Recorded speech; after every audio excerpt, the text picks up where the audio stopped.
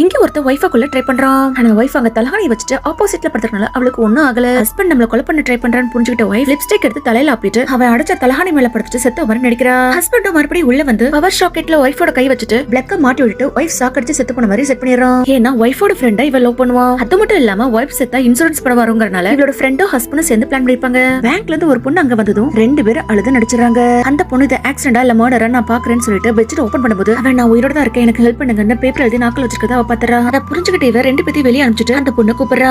அந்த பொண்ணு எந்திரிச்சதும் ஹஸ்பண்ட் கொலை பண்ண ட்ரை பண்ற வீடியோவை காட்டுறா. ஆக்சுவலா இவ பிரெக்னெண்டா இருக்கிறது ஹஸ்பண்ட்க்கு சர்ப்ரைஸ் கொடுக்கணும்னு வீடியோ ஆன் பண்ணிட்டு ப்ளே பண்ணிருப்பா. அவளும் ரெண்டு பேத்துக்கு ஒரு நல்ல பாடத்தை கத்து கொடுக்கணும்னு பேங்க்ல இருந்து வந்த பொண்ணு கிட்ட ஒரு பிளான் சொல்றா. அவ பிளான் படி அந்த பணத்தை பார்த்ததும் ரெண்டு பேரும் ரொம்ப சந்தோஷப்படுறாங்க.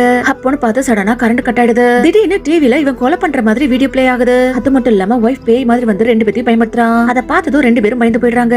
அப்போ சடனா கரண்ட் வந்ததும் ரெண்டு பேரும் அங்க வராங்க. ஒய்ஃப் உயிரோட இருக்கதை பார்த்ததும் ரெண்டு பேரும் ஷாக் ஆயிடுறாங்க. இந்த வீடியோ பிடிச்சிருந்து சப்ஸ்கிரைப் பண்ணிக்கோங்க.